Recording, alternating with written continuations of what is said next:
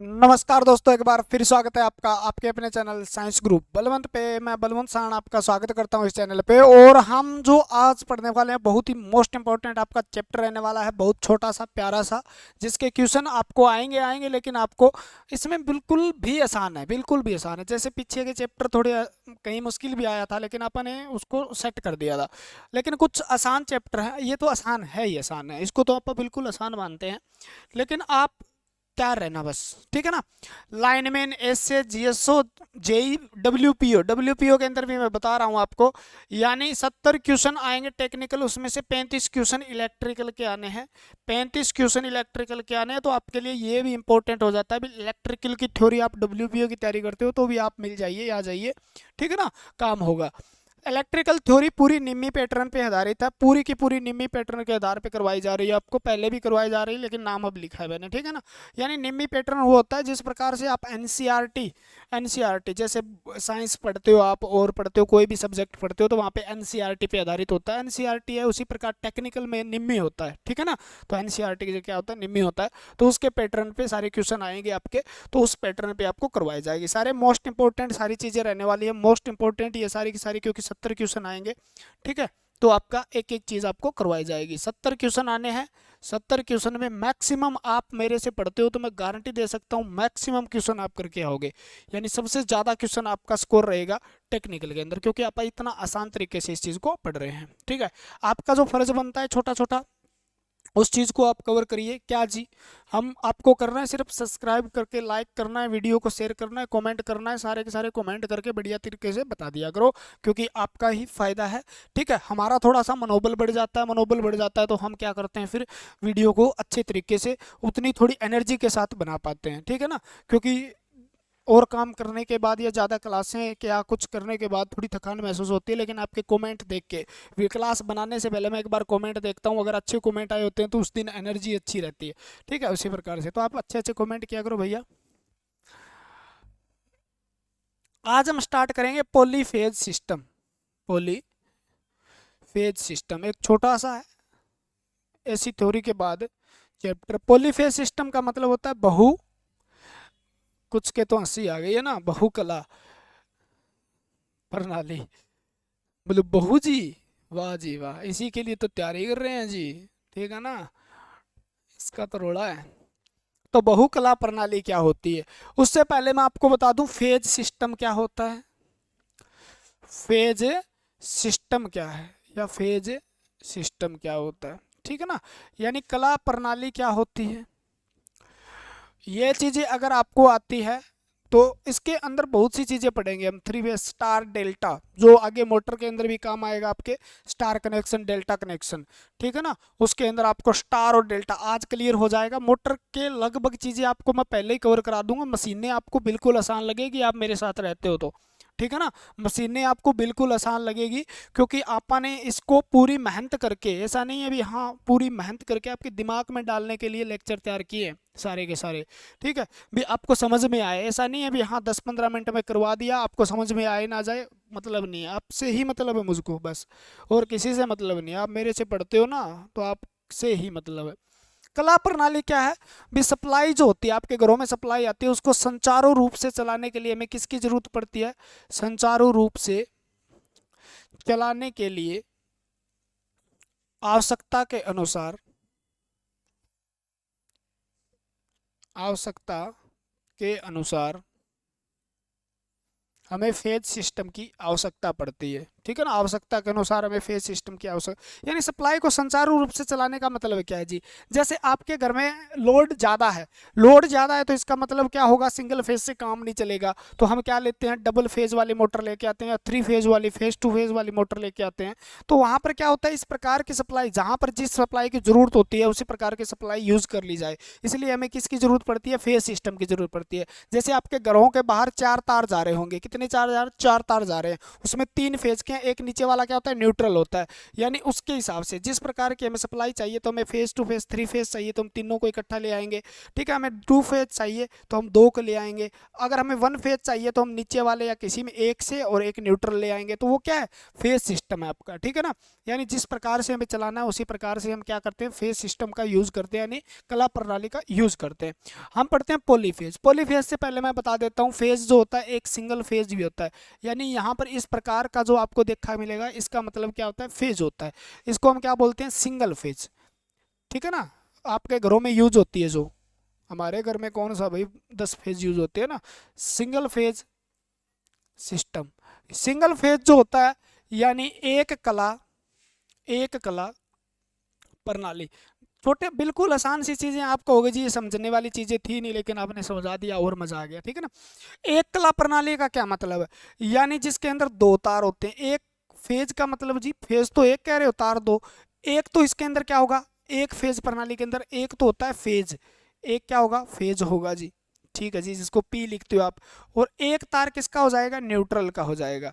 एक किसका हो जाएगा, न्यूट्रल का हो जाएगा, न्यूट्रल, ठीक है।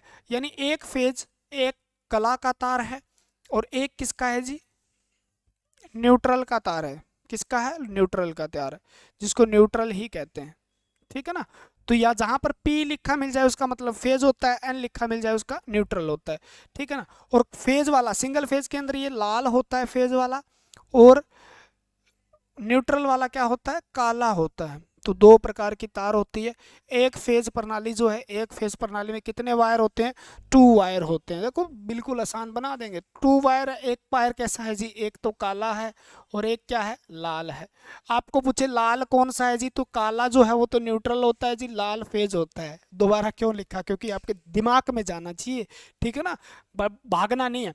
यानी जैसे सिंगल फेज का मतलब क्या हुआ, सिंगल फेज सप्लाई के अंदर एक फेज होगा, एक क्या होगा, न्यूट्रल होगा। यानी न्यूट्रल क्या होता है, सप्लाई को यानी प्रीपथ जो आपका सर्किट होता है उसको पूरा करने के लिए। मान लो करंट बह रहा है, करंट किससे आएगा, फेज से आएगा। करंट किससे आएगा, फेज से आएगा। लेकिन नेगेटिव जो होता है न्यूट्रल, उससे जाएगा, ठीक है। यानी आने के लिए जगह आगे से रोक दिया जाए तो आगे कहीं तो कहीं जाने की जगह ही नहीं, तो आएगा कहाँ से, करंट तो रुक जाएगा। यानी क्या हो जाएगा, ओपन सर्किट की तरह काम करेगा, ठीक है ना। अकेले के अंदर आप देख लेना, कभी तार पकड़ते हैं, कोई पक्षी है, पक्षी क्यों नहीं मरते, पक्षी को करंट क्यों नहीं लगता, पक्षी किसी भी तार पे बैठ जाते हैं, वो 25,000 वाले 11,000 वोल्टेज पे बैठ जाते हैं, नहीं करंट लगता ना उनको। उसका कारण क्या है, क्योंकि वो अभी करंट जब बहना शुरू होगा, करंट के कारण बंदा मरता है। अब इसके ऊपर बैठ गया, यहाँ से सप्लाई बाहर के अंदर जा ही नहीं रही है, सप्लाई अगर जाएगी नहीं, करंट तो फ्लो होगा ही नहीं जब तक ओपन सर्किट है। जैसे वो दूसरे के टच होता है, कई बार पंख टच हो जाते हैं, उसके तितरा बखेर हो जाते हैं, फिर तो वही सिस्टम है। तो न्यूट्रल यहाँ पर किसके लिए है, न्यूट्रल किसके लिए, न्यूट्रल के अंदर सप्लाई नहीं है, न्यूट्रल के अंदर सप्लाई नहीं है। लेकिन न्यूट्रल क्या करता है, उस पूरे परिपथ को यानी सर्किट को पूरा करने का काम करता है। भी फेज से करंट आए वो वापस चला जाए, ठीक है ना, उसी प्रकार। तो वो क्या करता है, पूरा करने का काम करता है। तो सिंगल फेज सप्लाई वो सप्लाई होती है जिसके अंदर 2 वायर होते हैं, एक क्या होता है, काला और एक लाल होता है, जिसमें एक तार फेज का होता है, ठीक है ना। एक फेज का प्रयोग किया जाता है और एक किसका प्रयोग किया जाता है, न्यूट्रल का प्रयोग किया जाता है। तो बार बार पूछे जाने वाले क्वेश्चन है लाल और काला, लाल और काला। एक फेज में कितने तार होते हैं, 2 तार की जरूरत पड़ेगी कम से कम, ठीक है ना। एक फेज होगा, एक न्यूट्रल होगा। अब उसी प्रकार हम 2 फेज की बात करें, उससे पहले हम क्या बात करेंगे, पॉलीफेज की बात करेंगे। 2 सिंगल फेज के बाद कौन सा फेज आ गया, पॉलीफेज सिस्टम आ गया। पॉली का मतलब बहु होता है, हाँ जी, हमने तो बहु और ही का मतलब सुना था, आपने पॉली का बता दिया। बहु का मतलब बहुवचन वाला है ना ये, पॉली फेज यानी बहुकला प्रणाली। अब स्टार्ट होता है हमारा चैप्टर जोरों शोरों पे, ठीक है ना। तो आप बताओ, अगर आप कहते सिंगल फेज सप्लाई का यूज क्या होता है, तो घरों में कोई किसका यूज होता है, घरों में भी यूज होता है आपके घरों में। घरों में जैसे आप पंखा चलाते हो, घरों में पंखा चलाते हो, हाँ जी चलाते हैं। आप मोटर भी चलाते हो सिंगल फेज वाली, हाँ जी चलाते हैं।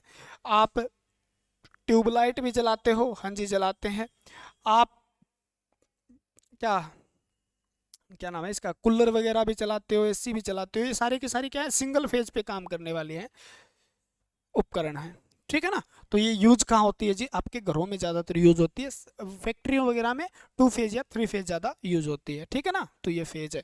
उनमें से आपने देखा भी होगा, आपके घर के बाहर ऐसे 3 तार मिलेंगे, क्या मिलेंगे, 3 और 1 ऐसे 4 तार मिलेंगे, कहीं 2 ही मिल जाते हैं, वो तो उसके हिसाब से ये फेज है, ये फेज है, और ये भी फेज होता है।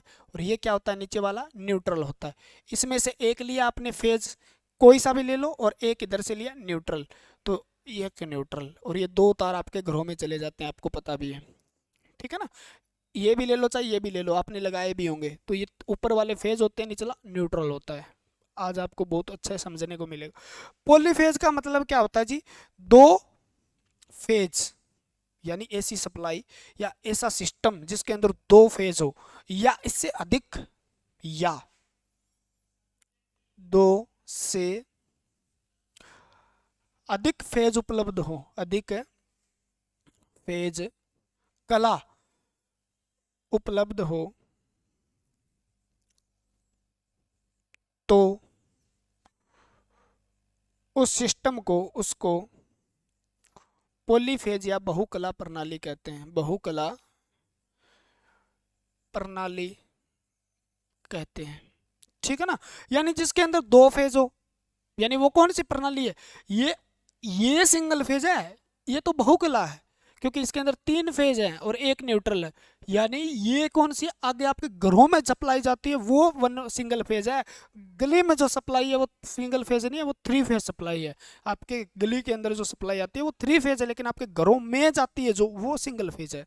आप 3 फेज भी लेके जा सकते हो आपके घरों में, ठीक है ना। मोटर 3 फेज वाली मोटर लेके आओगे तो 3 फेज सप्लाई चाहिएगी आपको, तो वो चीज़ें भी है आपके फैक्ट्री वगैरह में लगी होगी किसी के, देख लेना दुकानों वगैरह में।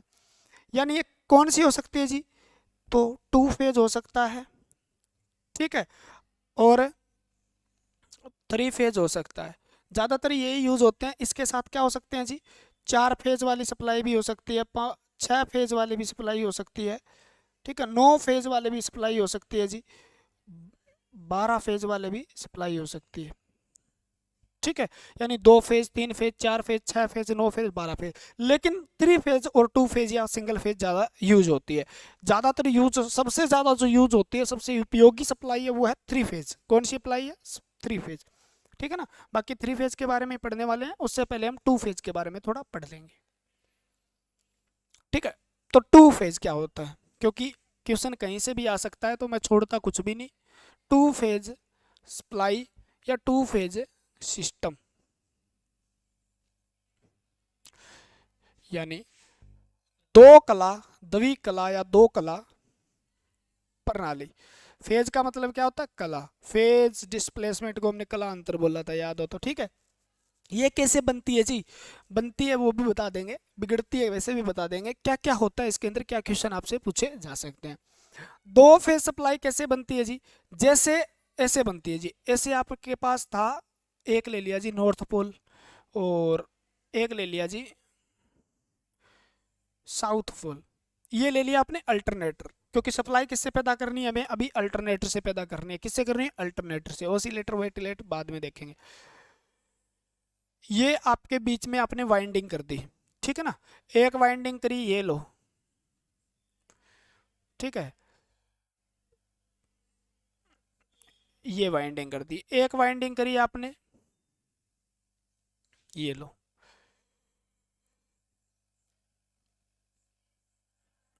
ये ये ए वाइंडिंग थी, तो A1 इसका ये सिरा हो गया, ये इसका क्या हो गया, A2 सिरा हो गया। ये बी वाइंडिंग थी, इसका B1, और इसका ये हो गया B2। यानी ये क्या है, वाइंडिंग, और इसका कोण बीच में कितने बन रहा है, तो आपको 90 डिग्री का, किसका बना है, 90 डिग्री। यानी इसको हम कह सकते हैं, देखो मैं इसको लिखता हूँ, आराम से आप पढ़ना। दो क्वाइल, क्वाइल को कुंडली भी बोलते हैं आप, ठीक है ना, क्वाइल याद कर लो। दो कॉइल को, दो क्वाइल को 90 डिग्री पर स्थापित करके, 90 डिग्री फेज अंतर पर स्थापित करके करके स्थिर चुंबकीय क्षेत्र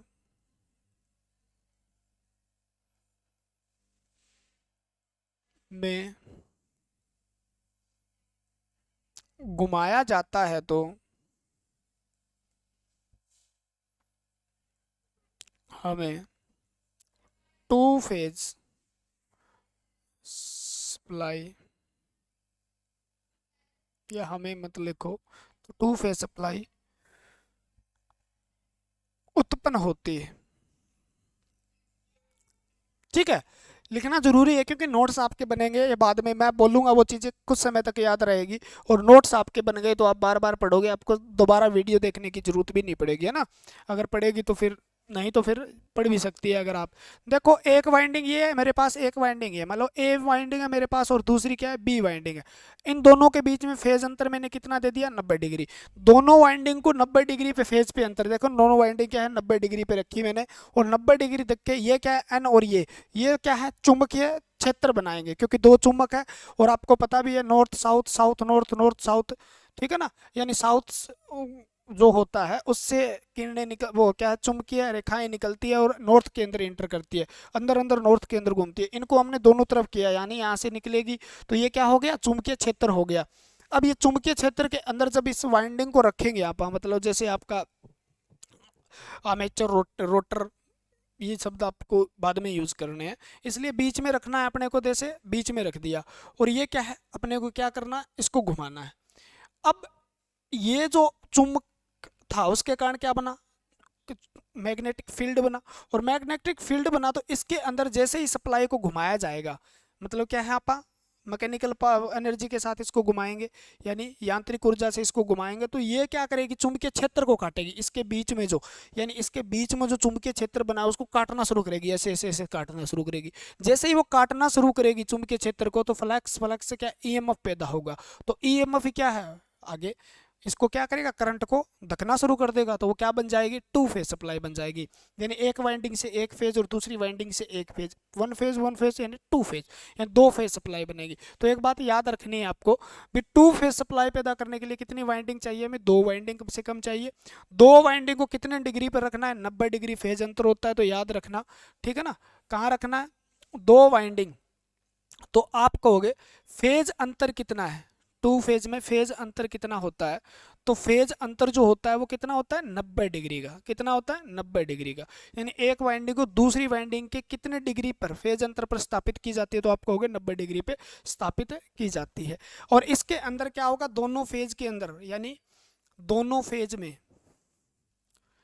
दोनों फेज के अंदर, दोनों फेज में जो वोल्टेज ईएमएफ बनेगा, मान लो विभव, फेज में विभव, विभव समान होता है। क्या होता है, विभव समान होता है, याद रखना, यानी वोल्टेज समान होती है, ठीक है ना। विभव को हम लिख लो, यहाँ पे वी लिख लो, वोल्टेज क्या होती है, समान होती है। दोनों फेज के अंदर जो पैदा होने वाली क्या है, धारा है, उसकी आवृत्ति जो होगी, यानी दोनों फेज में आवृत्ति, फ्रीक्वेंसी क्या होती है, आवृत्ति, यानी एफ लिख लो, समान होती है। हेर्ट्ज जिसको मापते हैं आप, समान होती है, ठीक है ना। और दोनों के अंदर, हमारे इंडिया के अंदर 50 हेर्ट्ज की सप्लाई उत्पन्न की जाती है, यानी 50 हेर्ट्ज आवृत्ति होती है उनकी। 3% उसकी क्या होती है, आपकी जो क्या बोलते हैं उसको यार, सहनशीलता होती है, ठीक है ना। क्या होती है, सहनशीलता, आवृत्ति समान होती है, ठीक है। फेज अंतर कितना होता है, तो फेज डिस्प्लेसमेंट आपका 90 डिग्री का होता है। और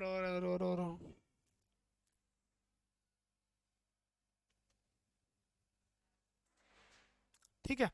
दूसरी बात आपको क्या लिखनी है, यहाँ पे मेन चीज वो लिखनी है, यानी अब एक बात लिख लो, इसके बाद आप उस चीज को कवर करते हैं। फेज वोल्टेज क्या होता है, लाइन वोल्टेज क्या होता है, फेज करंट क्या होता है, लाइन करंट क्या होता है, टोटल पावर क्या होती है, लाइन पावर क्या होती है, फेज पावर क्या होती है, ठीक है ना। ये चीजें आप कवर करते हैं इसके बाद, नहीं तो आपको दिक्कत हो जाएगी।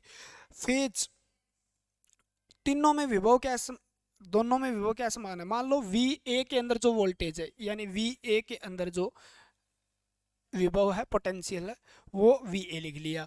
वो VB में है, वो BB लिख लिया मैंने। यानी इसके अंदर जो वोल्टेज है वो इसके अंदर जो वोल्टेज है उसके क्या होता है, समान होता है। तो आप लिख लो VB के समान होता है। और इसको हम क्या कहते हैं, जब एक न्यूट्रल और फेज के बीच में दो मापा जाता है उसको फेज वोल्टेज कहते हैं। तो VP लिख लेना आप, बस इतना लिख लो, मैं समझाऊंगा इसको, आपको समझ में आ जाएगा। फेज वोल्टेज, ठीक है ना, दोनों की समान होती है, याद रखना। दोनों फेज में विभव समान होता है, यानी फेज वोल्टेज इसके इसके और फेज वोल्टेज तीनों एक समान है। यानी इसके बीच में मापी गई वोल्टेज को हम फेज वोल्टेज कहेंगे। और क्यों कहेंगे आगे समझेंगे, इस बात को थोड़ा ध्यान कर लेना, ठीक है ना। लाइन वोल्टेज क्या होती है, तो आप कहोगे जी फेज वोल्टेज। लाइन वोल्टेज का क्या होती है, आप एक बात याद रखना, इस ट्रेंगल को जरूर याद कर लेना, ये बहुत काम आएगा आपको। राइट एंगल ट्रेंगल है, ठीक है, VA है और ये VB है, मान लो खींच दूं, ये V है, ये VB है, ठीक है ना। और इस तरीके से इसको पूरा करूं तो मेरे पास क्या आया, एक VL आया। यानी इन दोनों के बीच, लाइन के बीच जब वोल्टेज मापूंगा तो एक इधर लगाया मैंने वोल्ट मीटर का सिरा और एक लगाया मैंने इधर, तो ये वोल्टेज जो आएगी वो क्या किसके बराबर आएगी, VL के बराबर आएगी। तो VL VB VA, तो ये क्या है, दोनों के बीच 90 का फेज अंतर है। अब ये जो कोस थीटा है, क्या है, कोस थीटा है, तो इसको कोस थीटा नहीं, एक बार आपको इतना मानना है भी, अगर इसको मैं निकालूंगा तो मेरे को क्या करना पड़ेगा आपको जी, तो कर्ण है, ठीक है ना। और ये क्या है, लंब है जी, ये क्या आधार है। जब कर्ण को निकालते हैं तो आपने बताया हो जी, पहले भी बताया, VL का स्क्वायर बराबर क्या हो जाएगा, VA का स्क्वायर प्लस में VB का स्क्वायर।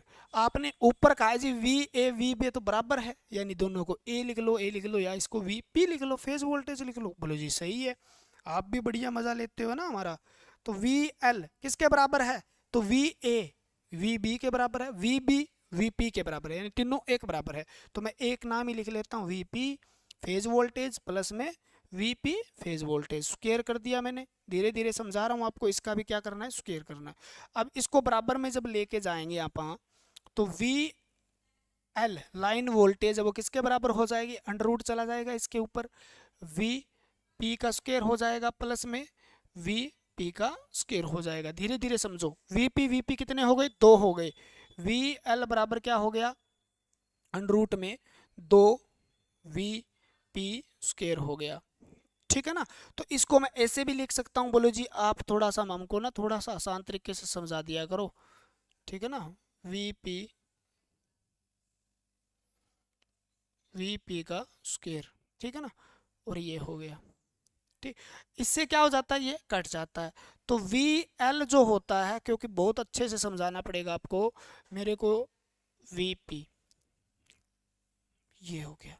यानी दोनों के बीच में क्या संबंध है, फेज वोल्टेज लाइन वोल्टेज का क्या है, बस यही नहीं मार खाना आपको। तो यहां पे आप लिख सकते हो फेज वोल्टेज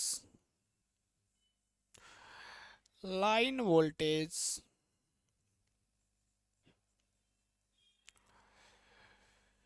फेज वोल्टेज का,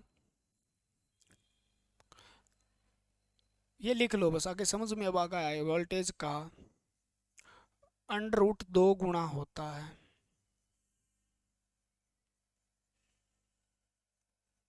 अंडर रूट 2 फेज वोल्टेज लिख दूं या मैं सीधा VL लिख दूं, एक बराबर होते हैं दोनों, ये कहना चाह रहा है ये तो फेज वोल्टेज है। Two phase two phase two phase two phase two phase two phase two phase two phase में कितने तार हो सकते हैं, 2 या 3 तार हो सकते हैं। को 2 फेज का यूज करना है तो 2, और एक न्यूट्रल हमें चाहिए तो हमें न्यूट्रल का भी यूज करना पड़ेगा। 2 फेज एक न्यूट्रल है, 2 फेज एक न्यूट्रल, 2 फेज एक न्यूट्रल, ठीक है ना। देखो पहले, इससे पहले 3 फेज समझ से पहले आपको 2 बातें समझनी पड़ेगी, नहीं तो आपको हो जाएगी प्रॉब्लम, ठीक है ना। क्या जी, लाइन वोल्टेज क्या है, फेज वोल्टेज क्या है, लाइन करंट क्या है, फेज करंट क्या है, ठीक है ना, और कुल पावर क्या है। क्योंकि वो चीजें ही तो मेन मकसद है हमारा, वही चीजें तो काउंट होगी, है ना। कैसे जी, आइए समझते हैं, और उसके बाद 3 फेज का नाम लेंगे। बोलो, देखो एक होती है फेज क्वांटिटी, क्वांटिटी, ठीक है, यानी कला राशियां या फेज राशियां, ठीक है ना। और फेज राशियां जो होती है, आपको समझना है बात को, ठीक है ना, समझना है। फेज राशियां वो राशियां होती है जो किसके बीच, फेज व, याद रखो, फेज व न्यूट्रल के बीच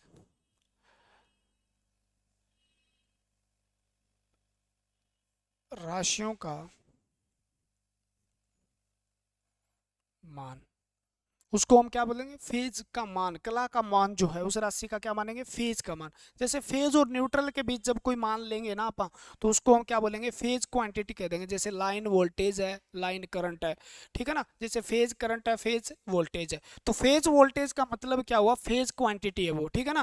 फेज क्वांटिटी के अंदर आपको दो चीजें तो लिखी लेनी है, एक तो फेज, देखो फेज वोल्टेज क्या होती है जी, सब समझा के जाऊंगा भाई, ऐसे थोड़ी ना यार, ठीक है ना। मैं बकते जा रहा हूँ, आपको समझ में ना आए फिर ऐसा मज़ा थोड़ी आएगा ना। फेज करंट क्या होता है, फेज पावर क्या होती है, ये भी याद रख लेना, ठीक है ना। कला विभव क्या होता है, कला धारा क्या होती है, और कला शक्ति क्या होती है,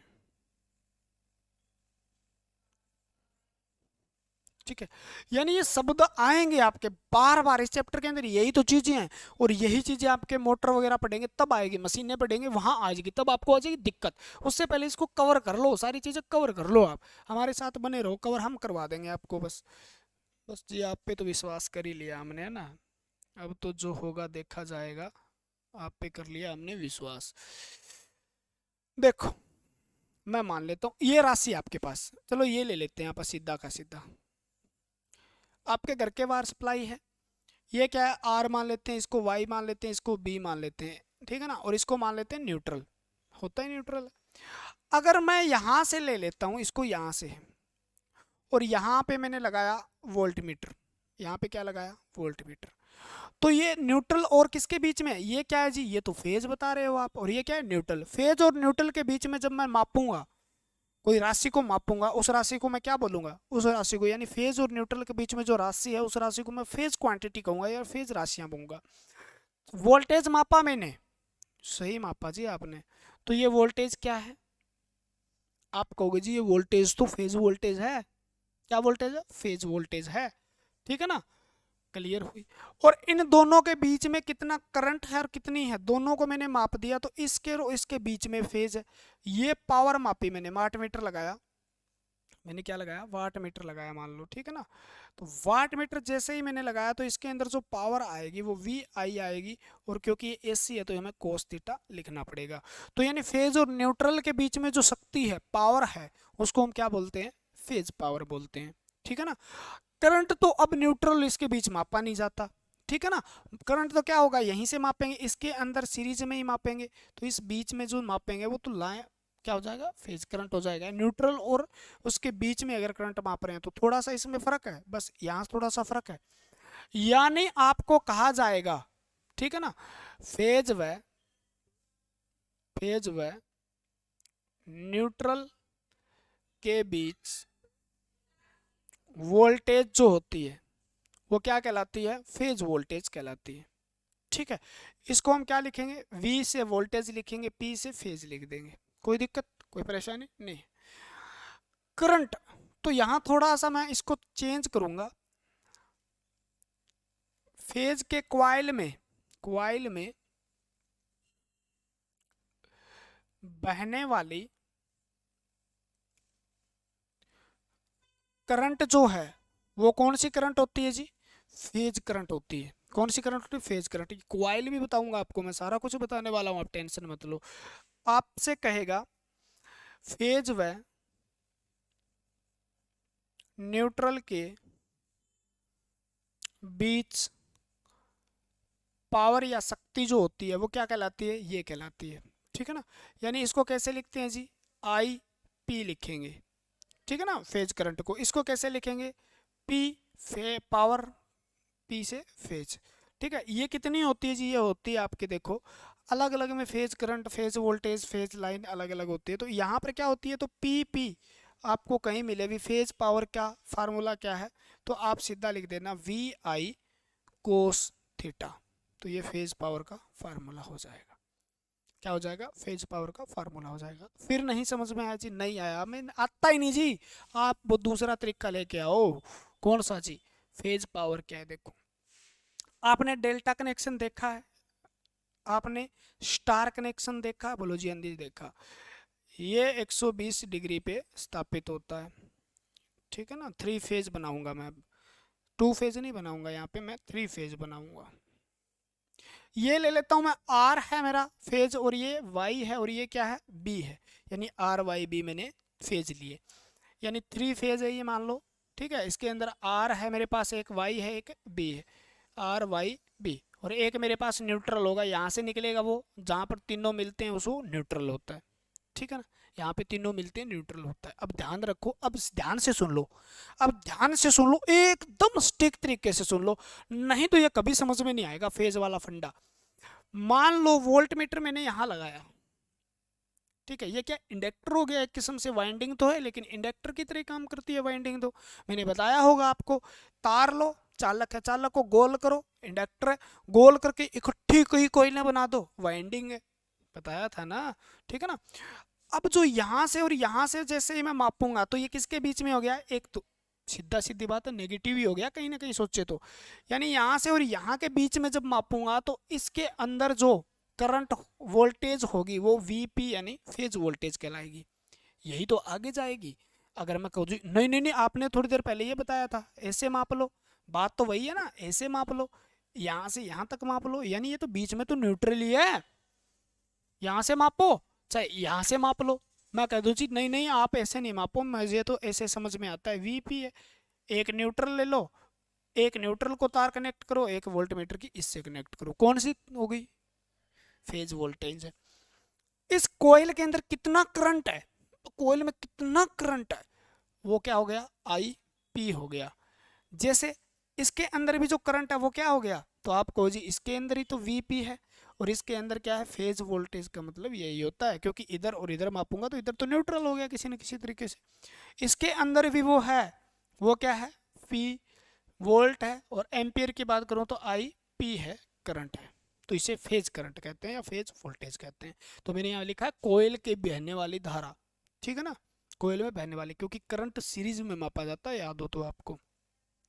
फेज न्यूट्रल के बीच, यानी इसके बीच में कितनी पावर है, यानी कितनी वी है कितनी आई है, वी आई के बीच में कोई एंगल होता है कोस थीटा, ठीक है ना, वो क्या है कोस थीटा। फेज अंतर जो है वो कोस फाई से लिख देते हैं, कोस थीटा से लिख देते हैं, तो वो क्या आ जाएगी हमारे पास, पावर आ जाएगी। समझ में आ गई बात क्या।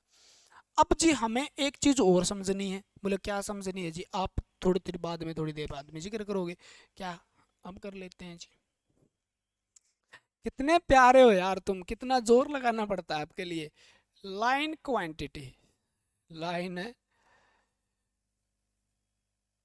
क्वांटिटी,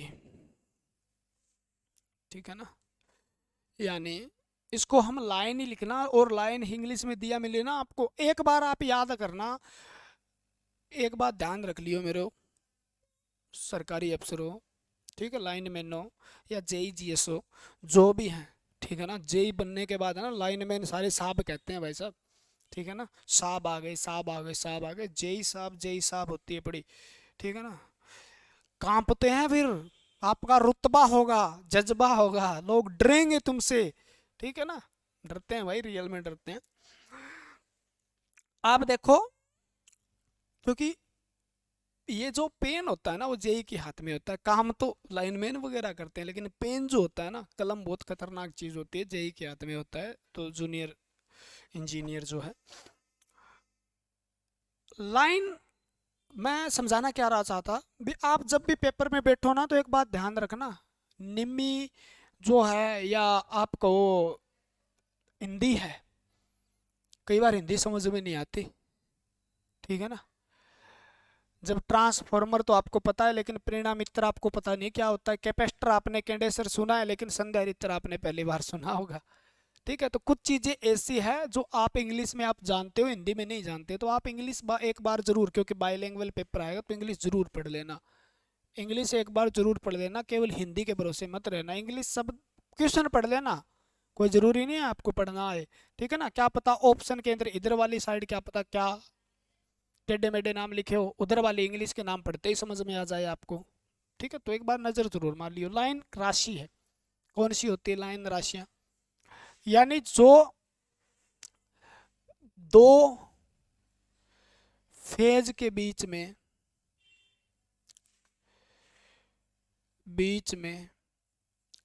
राशि होती है, उसको हम क्या कहते हैं? दो फेज के बीच में जो राशि है उसे हम क्या कहते हैं?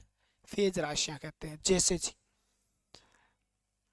सॉरी, लाइन राशियां, यहाँ नाम फिर भी फेज है, देख लो, दो फेज के बीच में, दो वहां पर, और उसमें थोड़ा फर्क समझाऊंगा मैं आपको। यहाँ पे लाइन है, ठीक है ना, तो लाइन करंट हो गया आपका, लाइन है करंट हो गया, लाइन वोल्टेज हो गई, लाइन है वोल्टेज हो गई। ठीक है, लाइन करंट हो गया, लाइन है वोल्टेज हो गई। कुल पावर बाद में लिखेंगे, पहले दोनों को समझ के देखो। यानी लाइन धारा क्या होती है जी, और लाइन विभव या वोल्टेज क्या होती है जी। ठीक है, तो आप कह दो जी, अब धारा को दो फेजों के बीच में क्या मापेंगे? धारा को दो फेजों के बीच में मापेंगे क्या? तो आप कहो जी लाइन में बहने वाली धारा, दोनों में फर्क समझाऊंगा मैं। तो आप कहोगे लाइन में बहने वाली धारा को हम लाइन करंट कहते हैं। ठीक है, दो फेज के बीच में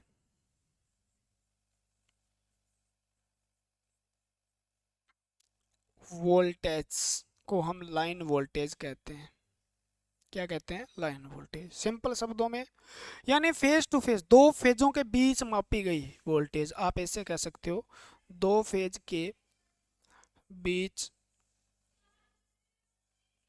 मापी गई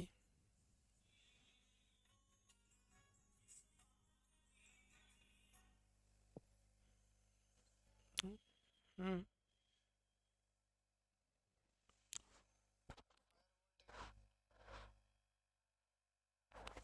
निंजा कूलिंग 2 है,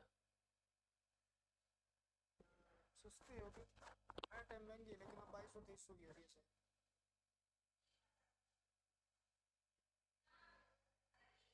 मेरे को वह तो फिर वो कॉल को नहीं होगा।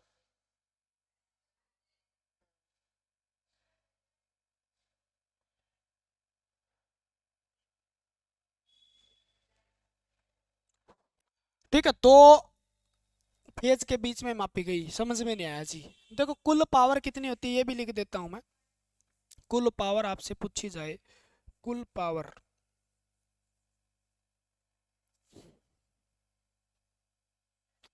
जिसको हम क्या लिखेंगे? टोटल पावर, यानी टोटल शक्ति क्या होती है। अब जब हम दो फेज लेते हैं या तीन फेज लेते हैं या एक फेज लेते हैं तो उनमें क्या होती है? तो एक फेज लेंगे, इसका मतलब तो क्या, एक न्यूट्रल है और एक क्या था हमारे पास? देखो, एक फेज था और एक न्यूट्रल था, उसको हमने क्या बोल दिया? फेज पावर कह दिया। यानी फेज पावर और सिंगल फेज के अंदर जो पावर होती है वो क्या होती है? फेज पावर कह दो या उसको क्या कह दो? कुल पावर कह दो, एक ही बात है।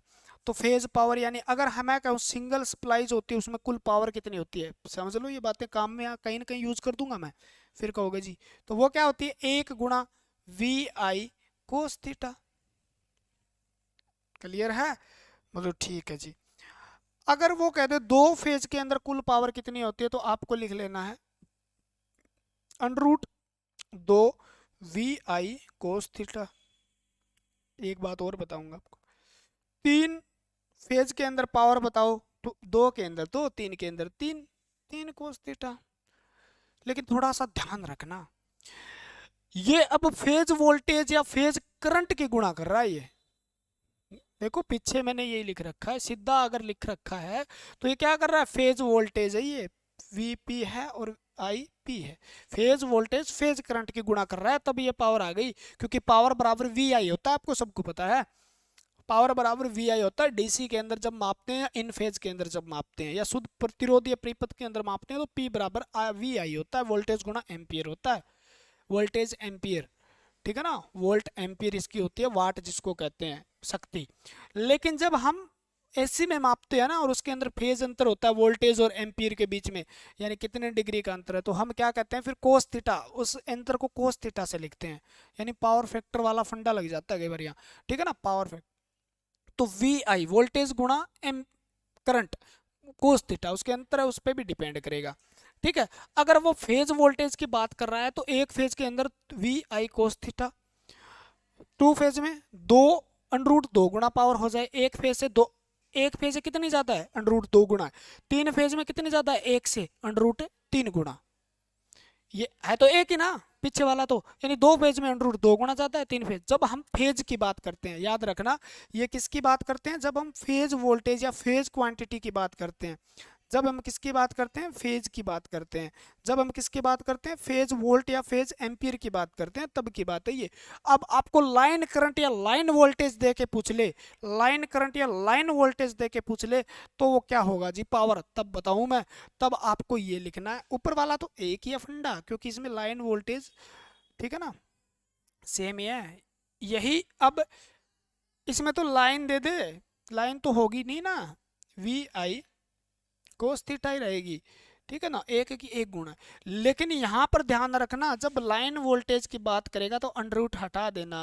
लाइन वोल्टेज की बात करेगा तो V L I L cos theta लिख देना। टू फेज के अंदर क्या लिख देना है, टू फेज में टू गुणा में, यानी दो, दो फेज में दो, एक जगह अंडर रूट दो है, एक जगह वहां दो है, थोड़ा सा याद करना पड़ेगा। तीन है लेकिन वी एल आई एल है, कोस थीटा की बात कर रहे हैं। तो ये कब की बात कर रहे हैं, जब वो कह दे लाइन, लाइन वोल्टेज और लाइन करंट दे, तब आपको ये वाला है, और लाइन वोल्टेज या फेज वोल्टेज है तब ये है। आगे सारे के सारे करेंगे आप, ये नहीं है भी ऐसे छोड़ दिया। ठीक है ना, कैसे वो कुछ भी दे दे आपको निकालना आएगा। वो फेज वोल्टेज दे के भी आपको लाइन के बारे में पूछ लेगा, भी लाइन करंट जो है वो कितना है, ठीक, लाइन पावर कितनी है, कुल पावर कितनी है, तो भी हम इसको निकाल पाएंगे, क्योंकि हमें तुलना कर लेंगे। आप फेज वोल्टेज और फेज दो दिए तो वो कितने गुना है, जैसे अपन ने यहाँ पे दो फेज के अंदर तुलना की है ना, याद रखो, याद रखो। देखो टू फेज में अपन ने तुलना की है ना, देखो वो फेज दे दे, मान लो फेज वोल्टेज दे दे, तो हम दो अंडर रूट दो से गुणा करके लाइन वोल्टेज भी तो निकाल सकते हैं ना टू फेज के अंदर। इसी प्रकार थ्री फेज में भी निकाल लेंगे आप, क्यों टेंशन ले रहे हो भाई। तो ये बात समझ में आई क्या। अब देख लो लाइन वोल्टेज फेज वोल्टेज में दिखाता हूँ आपको, आपको एक थोड़ा सा एक डायग्राम बना के, और आपको क्लियर करता हूँ। मैं सारी चीजें धीरे धीरे क्लियर करेंगे। अभी ये बन गया आपका एक डायग्राम, ठीक है, ये बन गया, ये आगे भी काम आएगा डायग्राम आपके। लो ये बन गया, बड़ा बनाया इसलिए मैंने, ताकि एक एक चीज को मैं लिख सकूं। अब ये क्लियर हो गया तो थ्री फेज सप्लाई में कोई दिक्कत ही नहीं आएगी। ये आर है और ये वाई है और ये बी है, यानी तीन फेज है अपने पास। इससे निकाला अपन ने ये लाइन, ये क्या है, ठीक है ना, ये वाई है। मैं छोटा बना लेता हूँ ताकि इधर लेके जाऊं मैं, और इसको थोड़ा सा मैं ऐसे करके इधर लेके जाता हूँ। तो ये लो, इससे और लंबा ये ले गया, आपके घर तक ले आया मैं, ठीक है ना, आपके घर तक ले आया, और इधर से भी आपके घर तक ले आया। तीन फेज तो ये हो गए, एक न्यूट्रल भी आपके घर तक ले आया। समझ में आई बात। तो ये क्या है, ये लाइन है, और ये क्या है, फेज है। ठीक है ना, ये क्या फेज है, फेज से निकली है। तो इसको हम क्या बोलेंगे, तो इसको हम बोलेंगे लाइन, इसको क्या बोलेंगे, लाइन। तो ये लाइन है और ये फेज यहाँ पे है वैसे देखा जाए तो इसके अंदर जो वोल्टेज है ना, या इसके अंदर माप लो, यहाँ से यहाँ तक माप लो, यानी इस कोयल के अंदर जो वोल्टेज है ना, वी पी बोलते हैं उसको, ठीक है ना, और इसके अंदर जो धारा है ना, वी आई बोलते हैं इसको। समझ में आई बात है। अगर मैं कह दूं आर के अंदर कितनी वोल्टेज है, तो वी पी आर लिख देना, और ठीक है ना, आई जो है, आई जो है वो फेज आई है, किस में आई है, तो आर में है। ठीक है, ऐसे भी लिख सकते हो आप जी, हाँ जी आप तो आराम से लिख देंगे। अब y का जब हम जिक्र करेंगे तो y के अंदर भी ऐसा लिखा जा सकता है क्या? ठीक है, तो v p भी इसके अंदर है और v इसके अंदर क्या है जी?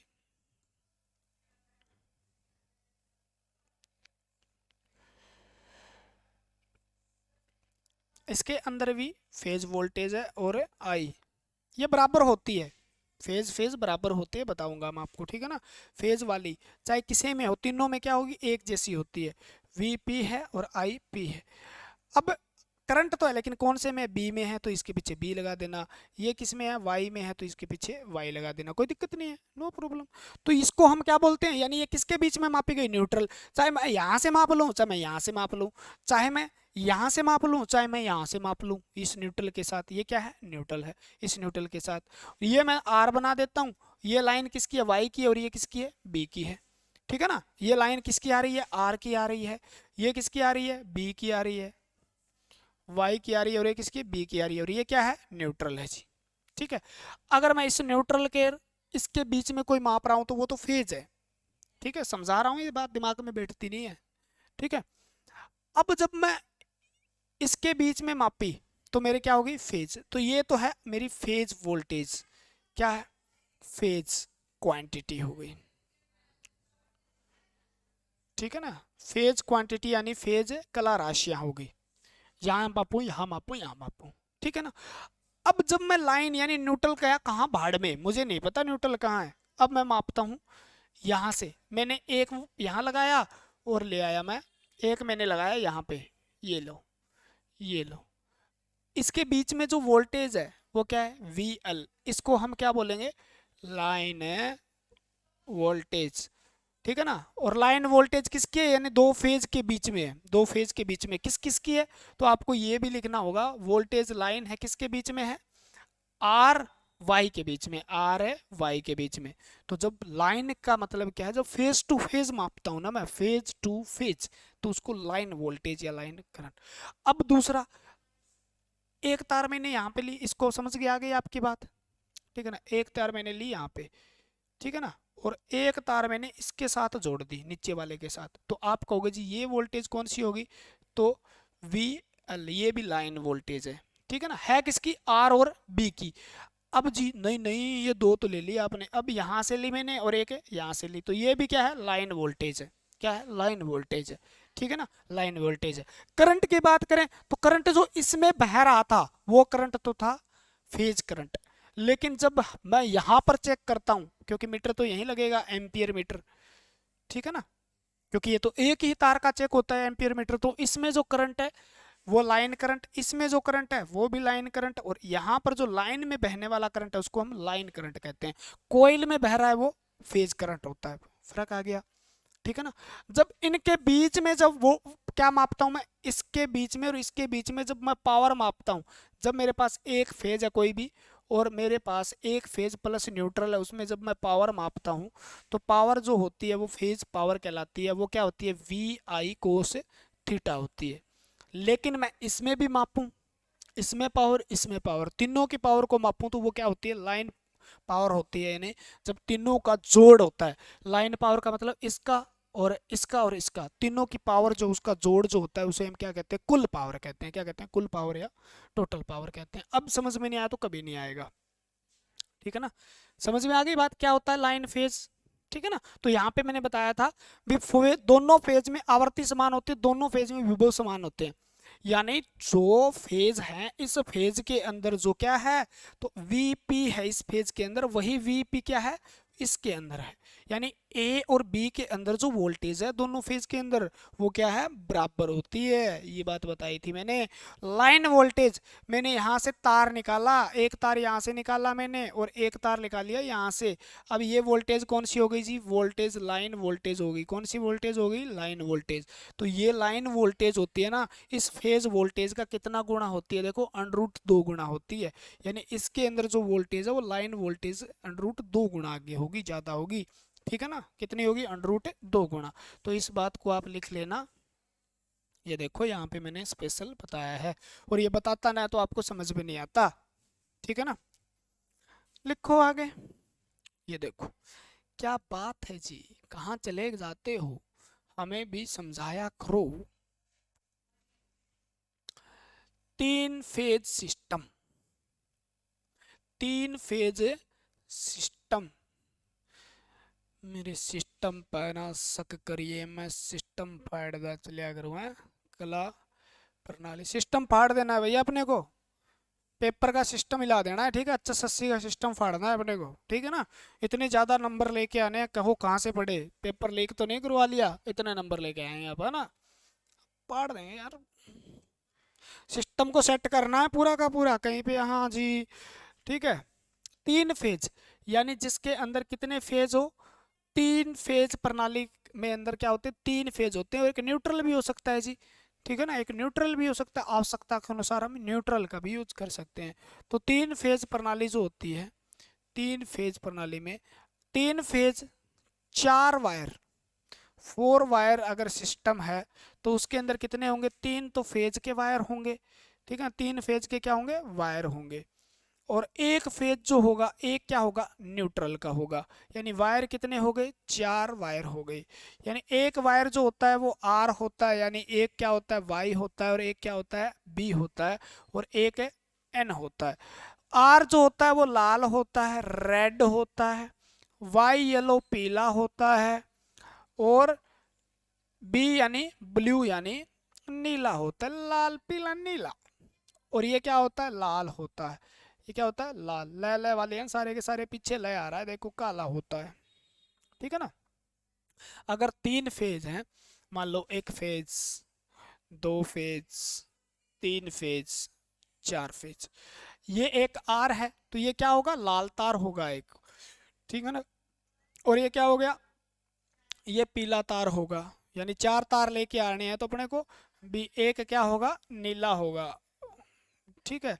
और एक हमारा न्यूट्रल होगा बेचारा, जिसको हम कह देंगे काला, काला होगा, ठीक है ना, काला तार होगा। तो ये भी फेज है, ये क्या है, ये फेज है, ये फेज वायर है, और ये फेज वायर है, और ये भी क्या है, ये फेज वायर नहीं है, ये न्यूट्रल वायर होती है, ठीक है ना। न्यूट्रल जो क्या करती है, परिपथ को पूरा करने का काम करती है, अगर कहीं जरूरत पड़ती है। यहाँ पे 3 और 4 क्यों लिया, क्योंकि सिंगल फेज भी बनाया जा सकता है इसको, कि ये बनाया डबल फेज भी बनाया जा सकता है, 3 फेज भी यूज कर सकते हैं, देखो। क्योंकि यहाँ से एक लिया, एक न्यूट्रल लिया, सिंगल फेज होगी, ठीक है। 2 यहाँ से लिए, एक न्यूट्रल लिया, डबल फेज होगी। 3 लिए, एक न्यूट्रल लिया, 3 फेज होगी। 3 फेज से ज्यादा तो नहीं बनाया जा सकता, तो इसलिए इसको क्या, 4 वायर भी यूज करते हैं यहाँ पर। क्लियर हो गई बात।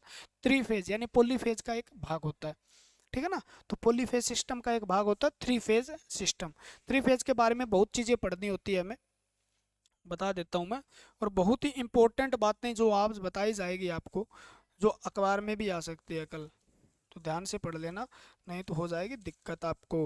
आप कहोगे जी दिक्कत कैसी, दिक्कत ऐसी हो जाएगी, क्योंकि हो जाएगी दिक्कत आपको, ठीक है ना। दिक्कत कैसी जी, दिक्कत तो आप पढ़ोगे नहीं ढंग से, तो दिक्कत तो होगी ही होगी। जो भैया कोई,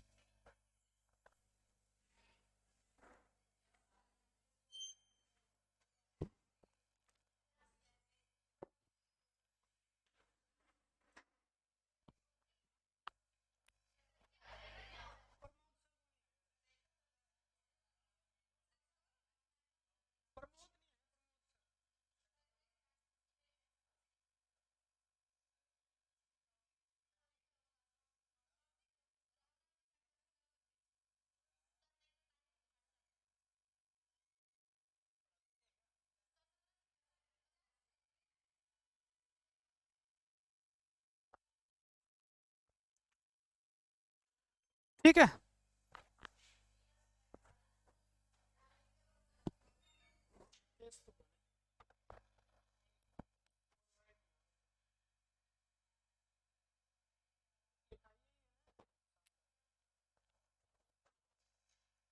ठीक है। तो 3 फेज होगी जी, बताओ जी इसको उत्पन्न कैसे किया जाता है, ठीक है। भाई चाय वाय का जुगाड़ कर रहे थे यार, ठीक है, काफी देर हो जाती है ना। तीन, मतलब जब हम क्या करते हैं, 3 कॉइल ले लेते हैं, क्या ले लेते हैं, 3 कॉइल को या कुंडली को, वहां पे 2 रखी थी हमने कुंडली को, स्थिर चुंबकीय क्षेत्र स्थिर चुंबकीय क्षेत्र में रखकर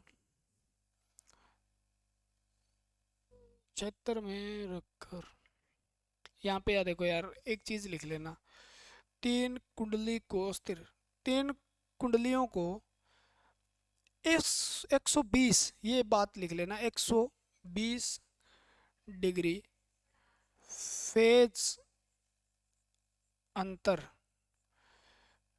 120 डिग्री के फेज अंतर पर रखकर जब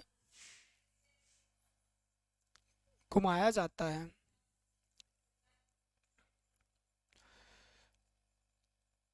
तो हमें क्या प्राप्त होती है, तीन फेज सप्लाई पर। कैसे जी, देखो दो चीजें रिक्वायर है यहाँ पे। कुंडली कितनी है जी, कुंडली तीन होती है। कुंडली कितनी होती है, कम से कम कुंडली तीन होती है। कितनी कुंडली, तीन। और कुंडली के बीच में अंतर जो होगा, यानी फेज अंतर कितना होता है जी, तीनों कोयल के बीच में फेज अंतर होता है 120 डिग्री। कितना होता है, 120 डिग्री। जब तो फेज हमें प्राप्त होगा। जैसे जी घुमानी कहाँ है, तो घुमानी है, ये आपका ले लिया मैंने न्यूट्रल, न्यूट्रल नहीं है, ये नॉर्थ पोल है। और ये मैंने ले लिया साउथ पोल। अब मैंने यहाँ पे रख देनी है कुंडली। क्या रख देनी है मैंने, कुंडलियाँ। यानी मैंने को रख लिए तीन कुंडलियाँ, ऐसे रखी मैंने। एक तो ये रख दीजिए, एक मैंने रखी ये, ठीक है, और एक मैंने रख देनी है ये।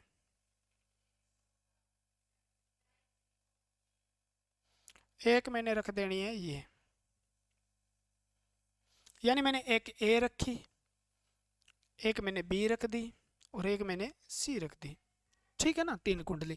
इस कुंडली को पूरा कर देता हूँ। मान लो मैं इधर लेके आया इसको, तो ये सी थी, C1 कह देते हैं इसको, क्या कहते हैं, C2।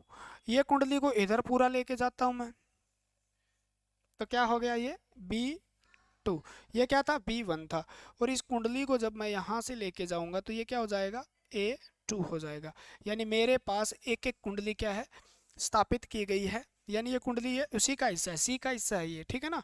इसी प्रकार से दिखाया ऐसे जाता है, लेकिन होगी तो अलग तरीके से ना, ऐसे थोड़ी है पार वार हो जा रही होगी, है ना, पार वार थोड़ी होती है, वाइंडिंग की जाती है, ठीक है। लेकिन इस तरीके से आप दर्शा सकते हो। जब मैं इसको क्या घुमाऊंगा, ऐसे घुमाना, जैसे ही मैं घुमाऊंगा तो ये जो चुंबकीय क्षेत्र है इसको काटेगा, यहाँ ईएमएफ पैदा होगा। ईएमएफ पैदा होगा तो प्रत्येक कुंडली के अंदर क्या होगा, ईएमएफ पैदा हो जाएगा। और वही ईएमएफ धारा को कहेगा चल चल चल। तो वहां हो जाएगी थ्री फेज सप्लाई। यानी थ्री फेज सप्लाई के लिए हमें तीन कुंडली चाहिए, और तीन कुंडलियां 120 डिग्री डिग्री पर विस्थापित चाहिए। यानी फेज अंतर उनके पास क्या होना चाहिए, 120 डिग्री होना चाहिए। कितना होना चाहिए, 20 डिग्री होना चाहिए। ठीक है, ऐसे लिख लो। ये तीन अपने पास क्या है, ये आर है जी, ये वाई है जी, और बी। आर वाई बी से लिखने की कोशिश करो। ये अंतर कितना होगा, 120 डिग्री का। इन दोनों के बीच में भी अंतर कितना होगा, 120 डिग्री का।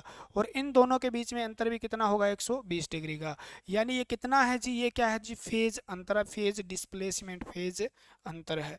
यानी प्रत्येक कुंडली के बीच में अंतर कितना होना चाहिए, तो आप लिख लो प्रत्येक कुंडली में, प्रत्येक कुंडली में, प्रत्येक कुंडली में 120 डिग्री का फेज अंतर होना चाहिए। बात ऊपर लिख दी, मैं दोबारा नहीं लिखाऊंगा, ठीक है ना। अंतर होना चाहिए, बात ठीक है जी, समझ में आई जी। 120 20 20, 120 20 20, 120, यानी 12 24 360, टोटल 360 का। और तीन फेज, तीन से भाग कर दो, 360 को तीन से भाग करोगे 120 20 पे, यानी 120 20 पे आ जाएगी। कितने पे, 120 20 पे आ जाएगी। कितने पे आ जाए, 120 20 पे आ जाएगी, ठीक है ना। तो थ्री फेज, तो एक बात याद रखना, थ्री फेज ऐसी सप्लाई है जिसको सर्वाधिक क्या किया जाता है, प्रयोग किया जाता है।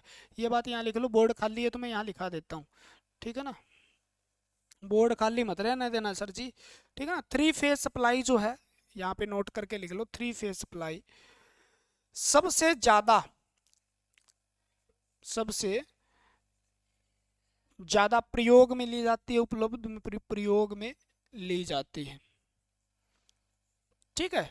सबसे ज्यादा प्रयोग में, सबसे उपयुक्त मानी जाती है। क्या मानी जाती है, एक फेज दो फेज से सबसे उपयुक्त मानी जाती है, ठीक है। और जी बोर्ड थोड़ा और खाली रह गया।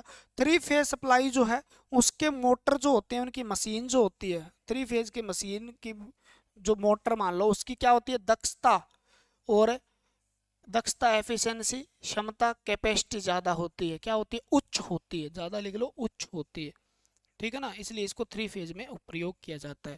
थ्री फेज के अंदर अगर तार जो होती है उसका रंग लेना हो तो लाल पीला नीला लेते हैं, लाल पीला नीला लेते हैं, लाल पीला नीला। अगर हमें न्यूट्रल की आवश्यकता है तो यहाँ से हम न्यूट्रल निकाल लेंगे जो काले रंग का होगा, ठीक है ना, वो क्या होगा काले रंग का। अगर विद्युत चुम्बकीय क्षेत्र के अंदर तीन कुंडलियों को 120 डिग्री पर रखकर घुमाया जाता है तो इसमें ईएमएफ पैदा होता है, जिसको हम क्या कहते हैं तीन फेज सप्लाई प्राप्त होती है। हमें क्या प्राप्त होती है तीन फेज सप्लाई प्राप्त होती है। ऐसे हो गया जी, अब तो दिमाग में बैठ रहा है जी साथ साथ में ही, ठीक है ना, याद रख लो वही बातें पुराने वाली बातें जो बार बार दोहराई जा रही है। तीन फेज सप्लाई हो चाहे दो फेज सप्लाई हो, तीनों फेज, तीन फेज के अंदर क्या होंगे तीन फेज होंगे, तीनों फेज में क्या होगा जी, तीनों फेज में आपकी आवृत्ति समान होगी, क्या होगी जी आवर्ती समान होगी, याद रखना आवर्ती क्या होगी जी समान होगी। तीनों फेज में आवर्ती क्या होगी समान होगी। तीन फेज में तीन फेज होंगे और तीनों फेज के अंदर क्या होगा जी विभव यानी वोल्टेज समान होगी, क्या होगा जी वोल्टेज समान होगी, तीनों के अंदर वोल्टेज समान होगी। अरे वाह जी मजा आ गया जी, ठीक है ना, तीनों फेज के अंदर क्या होगी वोल्टेज समान होगी, तीनों फेज में वोल्टेज समान होगी, तीनों फेज में वोल्टेज समान होगी। क्लियर है जी, ठीक है। तीनों फेज का तीन फेज सप्लाई के अंदर तीनों फेज कितने डिग्री पे होंगे 120 डिग्री पे, प्रत्येक फेज 120 डिग्री फेज अंतर पे स्थापित किया जाता है, फेज अंतर पे स्थापित किया जाता है। तीनों के बीच में फेज अंतर कितना है इतना है जी, कितना होता इतना होता है जी, कितना होता है इतना। जैसे इसको बनाना चाहे ना आप इस प्रकार के डायग्राम से बनाना चाहें, बोलो जी वैसे वैसे डायग्राम तो हम भूल जाएंगे। यानी ये कितना है ये 90 है मान लो, ये कितना है 90 डिग्री है, यहाँ पर क्या है 120 डिग्री है, यहाँ पर क्या है 180 डिग्री है, यहाँ पर क्या है तो 120, यहाँ पर क्या है मान लो 240 डिग्री है, यहाँ पर क्या है 360 डिग्री है, ठीक है ना। तो एक कहाँ से स्टार्ट हो रही है, एक मान लो फेज यहाँ से स्टार्ट हो रहा है, एक फेज कहाँ से स्टार्ट होगा यहाँ से स्टार्ट होगा, एक फेज कहाँ से स्टार्ट होगा जी 120 से, और एक 240 से स्टार्ट होगा जी, ठीक है ना। 120 20 का अंतर हो गया क्या। अब इसको ऐसे बना लो आप 120 से स्टार्ट हो गया, ठीक है। ये कहाँ गिर जाएगा ये तो यहाँ गिर जाएगा जी 180 पे।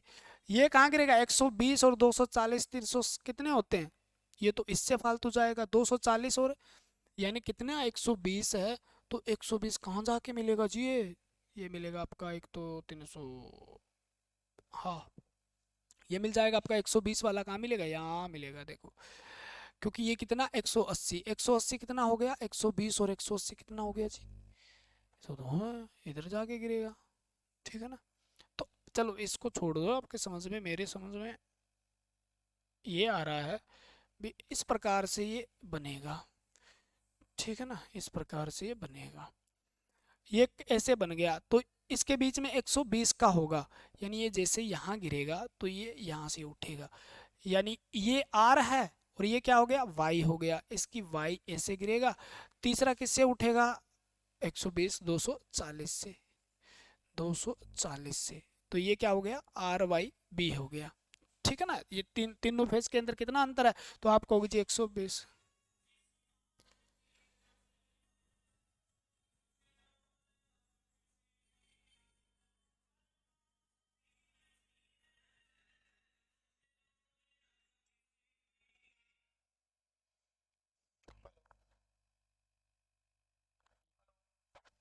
जी जी क्लास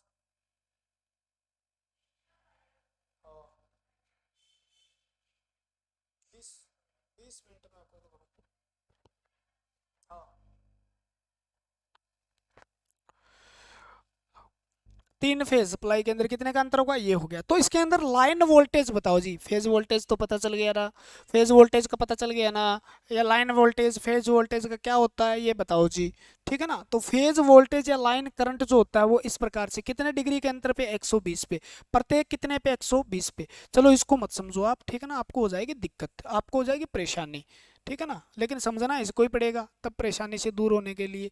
ठीक है, तो आप ऐसे समझ लो इसको, जैसे ये क्या है जी आर है, और ये क्या है जी वाई है, और ये क्या है जी बी है, ये क्या है बी है, यानी इनके बीच में, चलो मैं इसको सही से बनाता हूँ ना,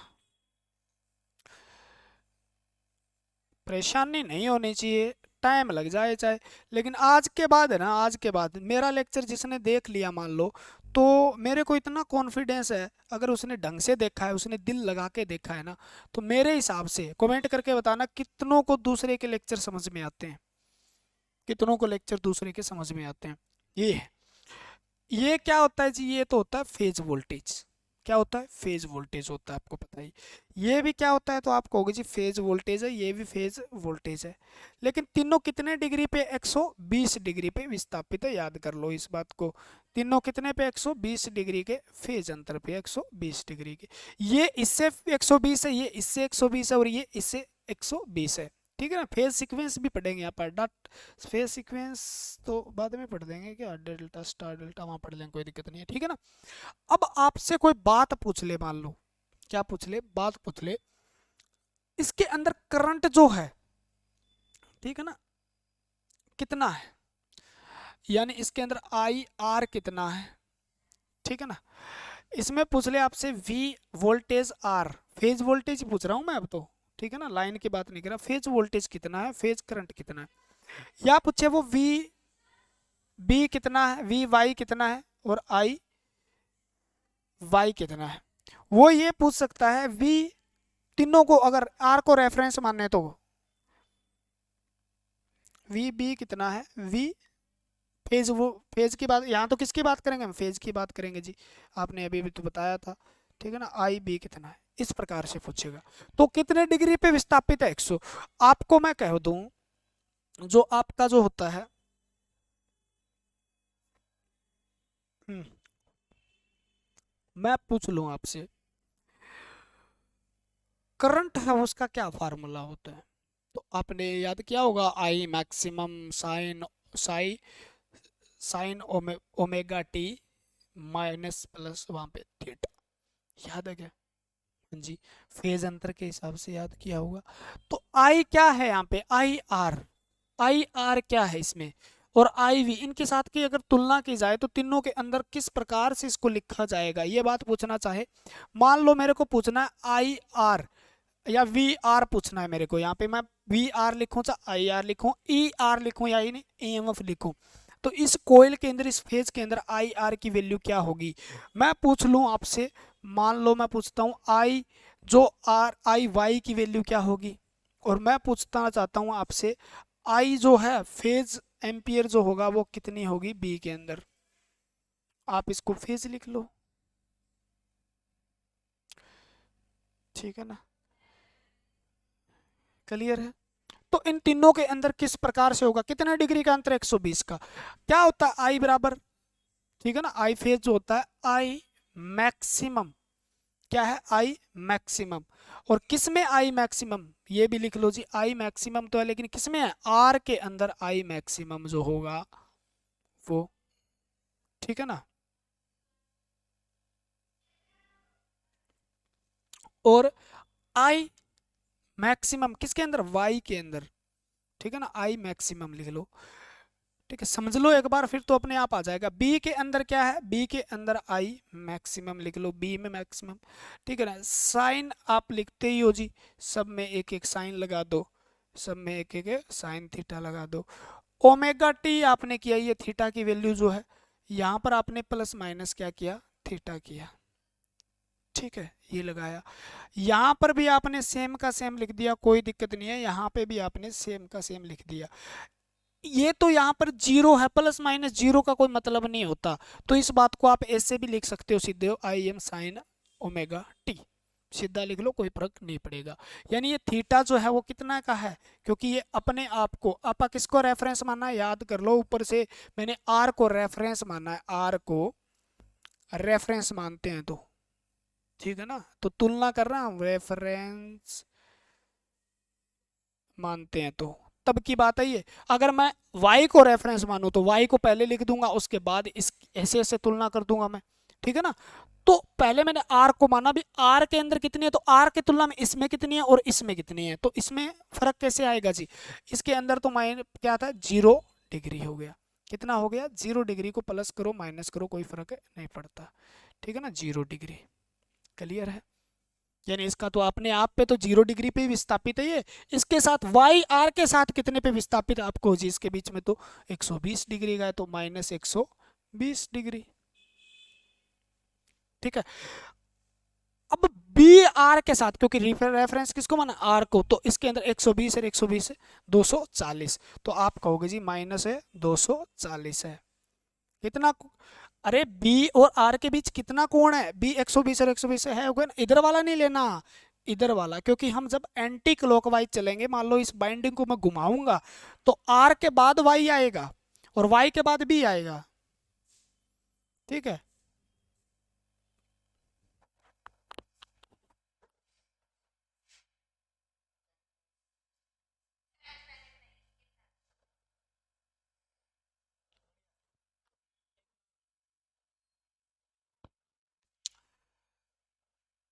चाय पी लो भाई, चाय थोड़ी थोड़ी ले लिया करो, क्योंकि ये थोड़ी से लेक्चर थोड़े टेढ़े होते हैं, मेढ़े होते हैं।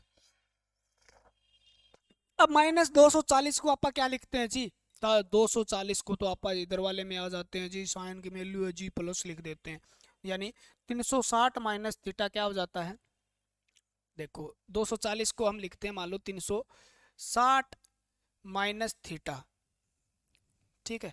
यानी कितना लिखेंगे, 360 माइनस कितना लिखेंगे, 120, तो ये क्या हो जाता है 240 होगा। और माइनस थीटा जो होता है वो किस में बदल जाता है, 120, एक ही बात होती है, इससे लिख दो इससे लिख दो, ठीक है ना। यानी इस 300 120 लिखा है मैंने, माइनस 120, तो ये 120 किसके बराबर आएगा, आप कहो जी 240 को, ट्रिग्नोमेट्री आपने पढ़ी हो कभी तो पता चल जाए 240 के आएगा। अब इसको मैं माइनस, मतलब थीटा जो होता है ना, 360 माइनस जो थीटा होता है उसको हम किस में लिखते हैं, फिर प्लस में लिखते हैं, और बाकी ज़्यादा ट्रिग्नोमेट्री में यहाँ पढ़ा नहीं रहा हूँ, ठीक है। तो इस बात को हम ऐसे भी लिखा मिल सकता है, आई बी एम साइन, ठीक है, ओमेगा टी माइनस प्लस 120, यहाँ माइनस है यहाँ प्लस है, ध्यान कर लेना। ये हो जाएगा। v का लिखो तो ऐसे v का लिख सकते हो आप, V R V Y V B, वहाँ पे v लिख लेना, कोई दिक्कत है नहीं, ठीक है। तो आप लिख सकते हो सेम इक्वेशन वोल्टेज के लिए होते हैं, दोनों के लिए लिख सकते हो same equation, same equation voltage के लिए होती है, सेम इक्वेशन वोल्टेज के लिए होती है, ठीक है ना। जैसे मैं यहाँ वोल्टेज के लिए लिखूँ तो V R m sine omega t, और यहाँ पे लिखो तो वी वाई, ऐसे सेम का सेम वोल्टेज के लिए होता है। ये चीज़ें धीरे धीरे आप दिमाग में घुस, ये मैं ऐसे नहीं कह रहा भी आपको याद हो जाएगी, मैं कहता ही नहीं कभी याद हो ही नहीं सकती, क्योंकि इतने फार्मूले आपको याद नहीं हो सकते। आप रिवीजन करते रहो, मैं जहाँ तक आपको ज़रूरत होगी ना वहाँ बता दूंगा भी यहाँ पे ये फार्मूला कैसे आप निकाल पाओगे, अपने आप याद कर पाओगे। धीरे धीरे आप है ना, पर आपको ये कंटेंट क्यों दिया जा रहा है, मुझे पता है आपको याद नहीं हो रहा है ये, मुझे पता है याद नहीं हो रहा, लेकिन आपको दिमाग में एक बार, क्योंकि आप किसी रिश्तेदार के अंदर जाते हो, आपको कोई मिल जाता है, उसने आपको एक बार नाम बताया, शादी में गए आपको उसने नाम बता दिया, आप अगर शादी में जाने के बाद वो उसने नाम बताया, तो वो 10-15 दिन के बाद उस वो शादी में किस किस से मिले थे, शक्ल याद रह सकती है लेकिन नाम याद नहीं रहते, ठीक है ना। वो नाम हाँ मिला तो था यार, उसका क्या नाम था, दोस्त के नाम तक भूल जाते हैं आप, ठीक है ना। वो आदमी अपने को 10 बार मिल जाए और अपना 10 बार मिलने के बाद उसके नाम क्या होते रहेंगे, दिमाग में रिकॉल होते रहेगा, 10 बार मिला उसका नाम लंबे समय तक याद रहेगा, बीच में उसने ज़्यादा गैप ले दिया फिर भूल जाएंगे। यानी ये चीज़ें इसलिए पढ़ा रहा हूँ मैं, क्योंकि ये कहीं ना कहीं रिपीट होगी, तो 2-3 बार उससे पहले पढ़ लिया जाए ना, तो आप स्ट्रोंग हो पाओगे, ठीक है ना। आर्मी की ट्रेनिंग दी जाती है तो पहले दिन से स्टार्ट नहीं किया जाता, धीरे धीरे किया जाता है, लास्ट में उसको हेलीकॉप्टर वगैरह से भी कुदाया जाता है, आपको पता भी है, जहाज वगैरह से भी कुदाया जाता होगा, ठीक है ना। तो वो ट्रेनिंग दी जा रही है आपको, अपने आप गोलियां चलाना अपने आप सीख जाओगे, आपको ट्रिगर दबाना सीख दिया, ट्रिगर दबाना सिखा दिया, तो आप मेरे साथ बने रहिए, विश्वास कीजिए, जो चीज़ मैं बता रहा हूँ ना, लिखे बिना मत रहना, कोई भी चीज़ याद हो ना हो भाड़ में जाए, ठीक है ना। सारी चीज़ें कभी भी याद नहीं होती, धीरे धीरे याद होती है, लेकिन धीरे धीरे याद हो जाएगी। ये लिखना मत भूलना आप। इतने एक दिन आएगा सारा कंटेंट छोटा पड़ जाएगा आपके लिए, कहेंगे सर जी आपने पढ़ाया तो बहुत कुछ, हमें कुछ लग ही नहीं रहा। ये चीज़ें बार बार हम रिपीट करेंगे इसलिए।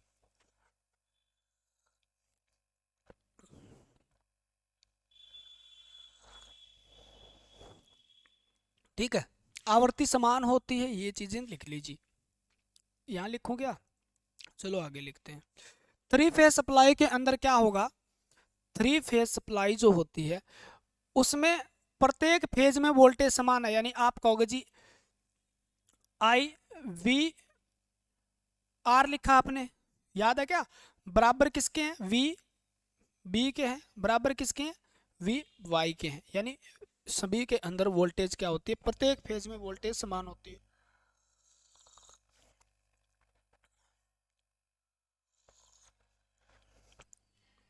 ठीक है, ये किसकी बात कर रहे हैं? फेज वोल्टेज की बात कर रहे हैं। तब क्या कर रहे हैं? फेज वोल्टेज की।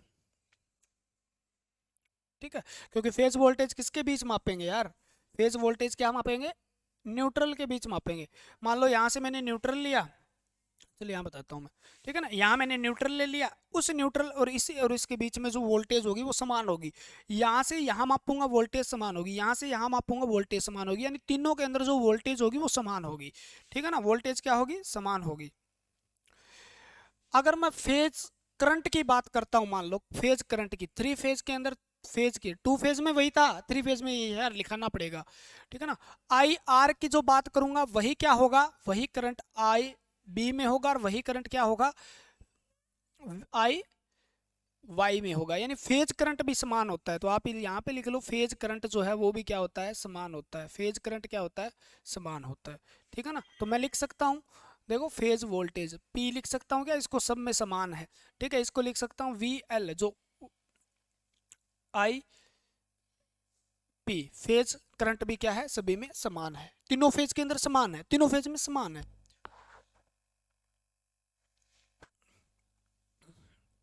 क्लियर है?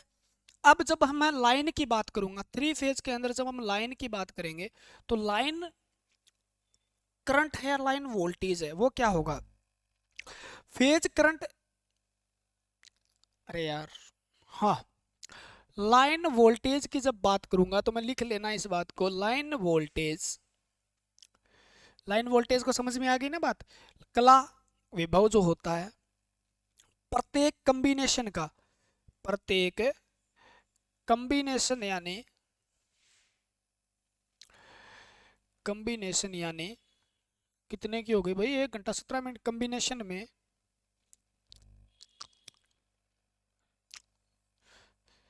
संयोजन में समान होता है। दो की स्पीड से देख लिया करो वीडियो, है ना, दो की स्पीड से मजा आने लगेगा। प्रत्येक कॉम्बिनेशन का मतलब क्या? देखो गर्मी आने लगी है ना भाई, ये है और ये और ये आर था और ये वाई था और ये वी था। ठीक है, अब लाइन करंट क्या कहलाएगा? इन दोनों के बीच, सॉरी, लाइन वोल्टेज क्या कहलाएगी? इनके बीच में वी एल है। ठीक है ना, तो ये वी एल किसकी हुई? तो आप कहो जी वी एल तो आपने सही लिख दिया, कोई दिक्कत नहीं है, लेकिन वी एल है किसकी है? तो वी एल आर है। एक तो लाइन क्या है? आर है, और एक लाइन क्या है? वाई है। तो आर वाई की, ये क्या हो गया? कॉम्बिनेशन हो गया। अब आप ये लेके आओ, ठीक है ना, एक मैंने यहाँ पे लिया और एक तार ये थी, इसको ले लिया मैंने, ये क्या थी? बी थी। तो इसमें कहने लाइन वोल्टेज जो है वो किसकी होगी? कॉम्बिनेशन आर और बी का कॉम्बिनेशन हो गया। उसी प्रकार मैं इसकी और इसकी मापना चाहूँ तो इसके बीच में लाइन वोल्टेज है वो किसकी हो गई? आप कहोगे जी ये तो वाई है, वाई और बी का कॉम्बिनेशन हो गया। तो प्रत्येक कॉम्बिनेशन में, यानी जब इस और इसके साथ मापेंगे तो उसमें जो करंट है, सॉरी वोल्टेज है, इसमें मापेंगे वो वोल्टेज है, या इसको इसमें मापेंगे। यानी तीन तार हैं आपके, मान लो तीन तार हैं, तीन तार में इसकी और इसकी आपने मापी, सेम आएगा, वही आएगा जो आना था वोल्टेज। यानी आपने इसकी इसके साथ माप ली, इसकी इसकी माप ली, ये वोल्टेज जो आएगा वो भी।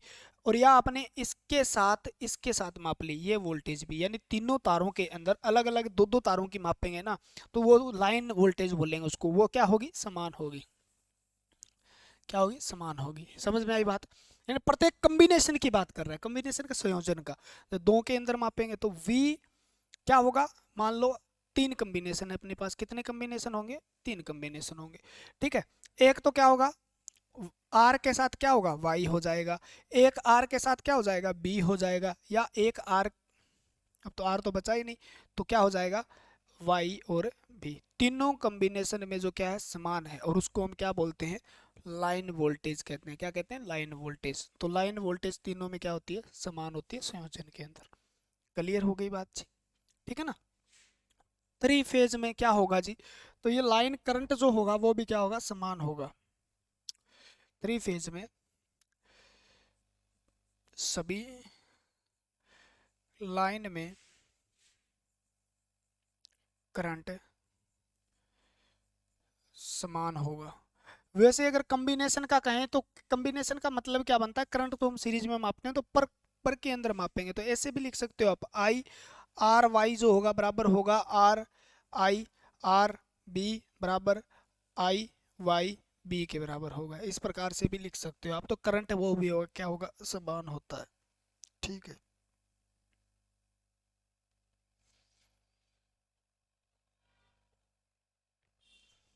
ठीक है।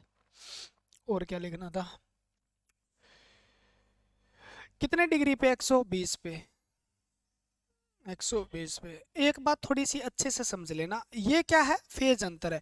वाइंडिंग का फेज अंतर 120 है, वाइंडिंग का फेज अंतर 120 है, कोयल को 120 पे स्थापित किया गया है। तो 120 से जो पैदा होगी ना, जो पैदा होगी, जो आपकी एसी जो क्या होगी, एसी जो पैदा होगी, वो उसके अंतर यानी वोल्टेज और एम्पियर के बीच में भी याद रखना, यानी फेज में तीनों तीनों फेज में वोल्टेज व एम्पियर, वोल्टेज व आई के बीच कोण भी 120 डिग्री का होता है। लेकिन 120 का कोई मतलब नहीं है, ठीक है ना, यहाँ पे थोड़ा ध्यान रखना, तीनों फेज में वोल्टेज व आई करंट के बीच के बीच बीच फेज अंतर समान होता है, ये बात लिखना, समान होता है। ठीक है ना, 120 का कोई लफड़ा नहीं है यहाँ पे, यानी वो फेज अंतर वाइंडिंग का कह रहा है, या वो कह रहा है भी ये जो तीनों हैं, तीनों वाइंडिंग जो है वो एक दूसरे के कितने पे स्थापित गए हैं, इनमें 120 है, लेकिन फेज वोल्टेज और एम्पियर जो इससे द्वारा निकल रही है, इससे बाहर जो निकल रही है, उनके बीच में जो होगा वो भी समान होगा, वोल्टेज और करंट के बीच में, तीनों में, यानी इसके बीच में जितना अंतर है वो इतना इसके बीच में होगा, और इसके बीच में वो इसके बीच में हो जाएगा, तो बराबर होता है, याद रखना। ये बात भी थोड़ी सी इंपॉर्टेंट थी, मैंने थोड़ा सा अच्छा क्वेश्चन आपको करवाया है, थोड़ा सा बढ़िया हो जाएगा, नहीं हो जाएगा सर जी, कर दो कार्रवाई कर दो जी। ठीक है ना, थ्री फेज पॉलीफेज है, थोड़ा सा अपने लंबे लेक्चर स्टार्ट हो गए हैं, इसका मतलब कहीं ना कुछ बदलाव आना है, आपको पता भी है।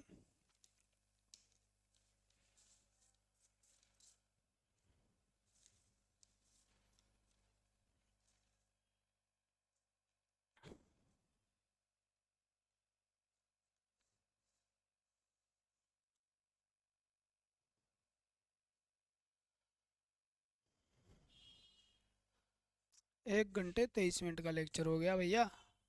दो की स्पीड पे देखोगे, 1:50 कितने मिनट में हो जाएगा, 80 40 मिनट में ख़त्म हो जाएगा।